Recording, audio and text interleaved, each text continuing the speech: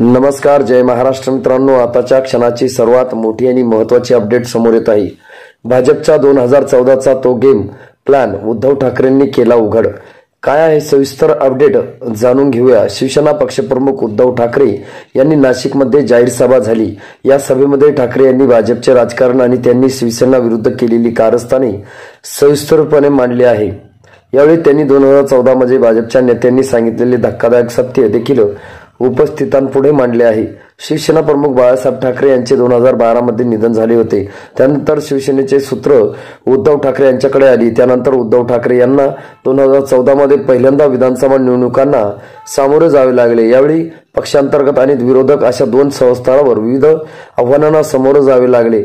त्यात सर्वाधिक धक्कादायक वर्तन सहकारी पक्ष भाजपने केले होते।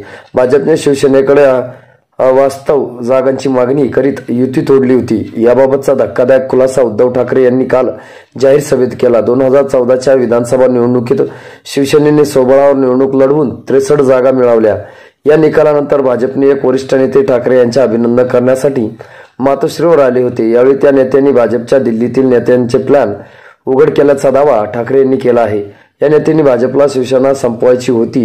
दिल्लीतील नेत्यांनी बालासाहेब ठाकरे तो नहीं रहे, उद्धव अकेला क्या करेगा, शिवसेना कार्यकर्ता अनेक साथ थोड़ी जाएंगे, वो तो बीजेपी को वोट करेंगे, इसलिए शिवसेना के साथ अलायंस मत करो, शिवसेना खत्म हो जाएगी, असा भाजपचा डाव होता। त्यांची माहिती खुद्द भाजपच्या वरिष्ठ नेत्यांनी दिली असा दावा उद्धव ठाकरे यांनी केला आहे।